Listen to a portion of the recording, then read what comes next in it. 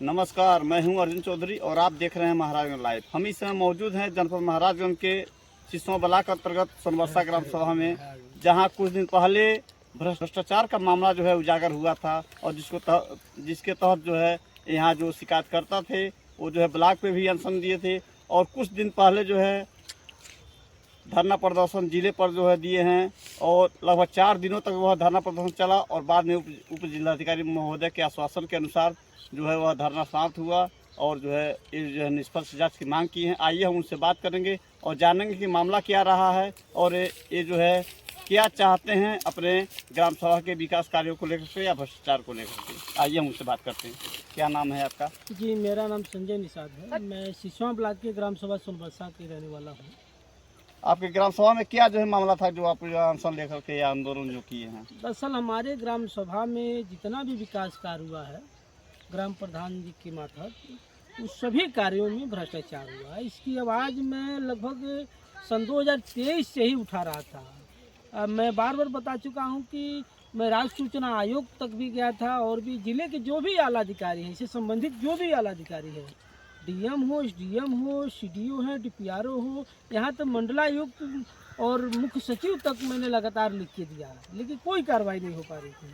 हम लोगों ने लगातार इसके लिए धरना प्रदर्शन किया। हालांकि 1.5-2 साल पहले भी धरना प्रदर्शन किए थे, इससे पहले भी धरना प्रदर्शन किए थे अपने ग्राम सभा में ही। तो हमको जैसे कि इस रास्ते से विश्रांतर करने के लिए जो इस भ्रष्टाचार में सम्मिलित है ग्राम प्रधान और चैनपुर के वो संजय मौर्य जो जिला पंचायत सदस्य भी है, उनकी पत्नी और उनकी भाभी प्रधान है, उन लोगों ने मिल के गलत अभियोग रच के हमको गैंग रेप का आरोपी बनाया। अलग सीओ महोदय का जांच भी आया, उसमें हम लोग दोष पाए गए और उन लोगों के ऊपर बीएनएस की धारा 217-41 के तहत मुकदमा चलाने का आदेश हुआ।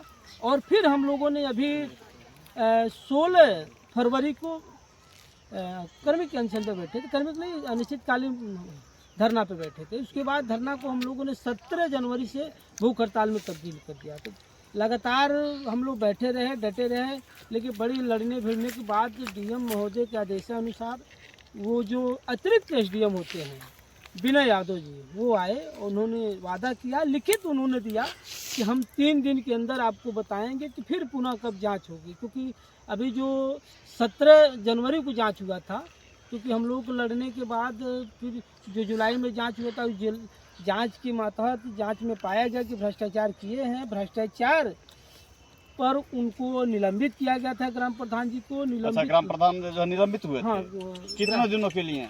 अब उनको तो है निलंबित, तो जब तक मामला इस समय बहाल हो गए हैं कि? बहाल हो गए हैं। उनका कोई निलंबित का कोई वो कारण नहीं, समय नहीं होता है। अच्छा, हालांकि जब तक वो आदमी इनोसेंट न हो जाए। लेकिन तो निलंबित से बहाल होने का कारण यही रहा कि आप वो निर्दोष पाए गए? नहीं, निर्दोष तो देखिए सीधा सीधा मामला, इसीलिए तो हम लोग धरना बैठे थे कि जो मत्स्य विभाग के इंस्पेक्टर थे, उन्होंने मोटा माल खा के ग्राम प्रधान से अब वो जांच करने आए। यानी आप कहने का मतलब है कि जो अधिकारी जांच में थे वो लोग जो है रिश्वत खा करके और उस भ्रष्टाचार के मामले को जो है दबा दिया। बिल्कुल। दरअसल देखिए, इसका नियम ये होता है कि जांच जब भी आप करने आएंगे तो आप बाकायदा शिकायतकर्ता को लिखित नोटिस देंगे, सूचना देंगे कि आप फला तारीख को रेडी रहिएगा, आप यहाँ जांच आएगी। लेकिन वो लोग बिल्कुल चोर की तरह आए और ग्राम प्रधान के घर पे बैठे रहे 2-2.5 घंटा। उसके बाद उन लोगों ने अपनी पूरी रकम तय की कि हम इतने में आपको बचा। क्या अधिकारी का नाम था जो जांच करने आए थे? जांच देखिए, इंस्पेक्टर हैं और मत्स्य विभाग के और भी। अच्छा, मत्स्य विभाग के इंस्पेक्टर हैं। अच्छा, उनका नाम याद नहीं है, हालांकि नोटिस और भी लोग जो आए उनके साथ और भी थे, उनके सहयोगी थे। बिना सूचना दिए आए लोग और लोगों ने लिखा हुआ है कि देखिए एक काम हुआ है और ग्रामीण ही गलत है। अच्छा। नाली बनी है लेकिन बरसात हुई थी। हाँ। और बरसात से नाली एकदम दह गई है, उनका कहने का ये मतलब है। अच्छा। बकायदा रिपोर्ट है इसमें। हाँ। तो मैं कह रहा हूँ आप जरा विचार करिए, उसी विभाग का एक अधिकारी आता है बकायदा, वो पूरे गांव का एक एक जगह का जांच करते हैं, पूरा भौगोलिक जानकारी लेके उन्होंने सही चीज को लिखते हैं कि फला फला जगह पे ये भ्रष्टाचार हुआ। और ये आते हैं चोरों की तरह बिना सूचना दिए और जाके रिपोर्ट इस पे लगा देते हैं कि नहीं सही है।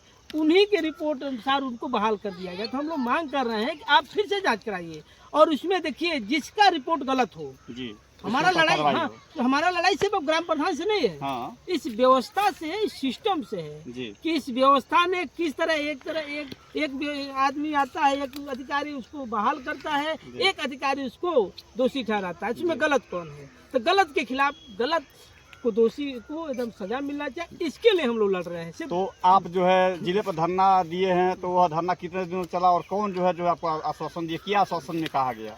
नहीं देखिए, 16 फरवरी से हम लोग बैठे थे जी और 19 फरवरी को हम लोगों का भूख हड़ताल समाप्त हुआ, जी। क्योंकि उसको हम लोग तब्दील कर दी थी भूख हड़ताल में। जी तो ये अतिरिक्त एसडीएम होते हैं, डीएम साहब तो थे नहीं, डीएम साहब कहीं गए हुए थे, तो जी, उन्होंने उनको आदेश दिया कि आप जाइए, उनका धरना समाप्त कराइए और जो उनकी डिमांड है उनकी डिमांड जाए, क्योंकि डीएम साहब से भी हमारी बात हो रही जी। थी, बाकायदा बात। उन्होंने कहा नहीं देखिए, मैंने उनसे कहा भी था कि हमको धमकियाँ मिल रही है, तमाम धमकियाँ मिल रही, कह रहे थे आप लड़ रहे हैं भ्रष्टाचार के खिलाफ तो इतना तो झेलना पड़ेगा। जी। मैंने कहा हम मेंटली तैयार हैं, हम झेलेंगे। जी और फिर उसके बाद हम लोगों ने बैठा, तो उन्होंने उनको अतिरिक्त जो एसडीएम होते हैं वो आए और उन्होंने लिखित दिया, बाकायदा मीडिया में चला, पेपर में रहा, उन्होंने लिख के दिया कि मैं 3 दिन के अंदर में आपको ये डेट बताऊंगा कि कब आप फिर पुनः जांच तो होगी। 3 दिन का कई दिनों तो हो गए, कई क्या दिन नहीं, जो कल है- हम गए थे।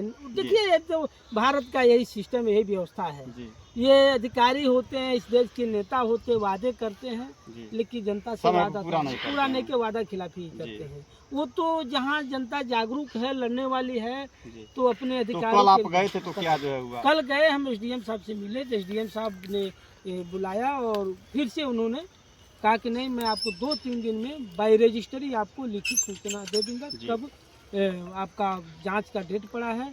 और डीपीआरओ मैडम के पास भी मैं गया था, मैंने कुछ आरटीआई डाला था। जी आरटीआई ये था कि आप किस नियम के तहत आपने बिना बताए, आप शिकायतकर्ता को बिना सूचना दिए किस नियम के तहत जी आप जांच करने आए थे, उसकी पूरी कॉपी मैंने मांगी हुई है। जी तो जी। उन्होंने भी कहा कि मैं 2-3 दिन के अंदर आपको बाय रजिस्ट्री भेज जी।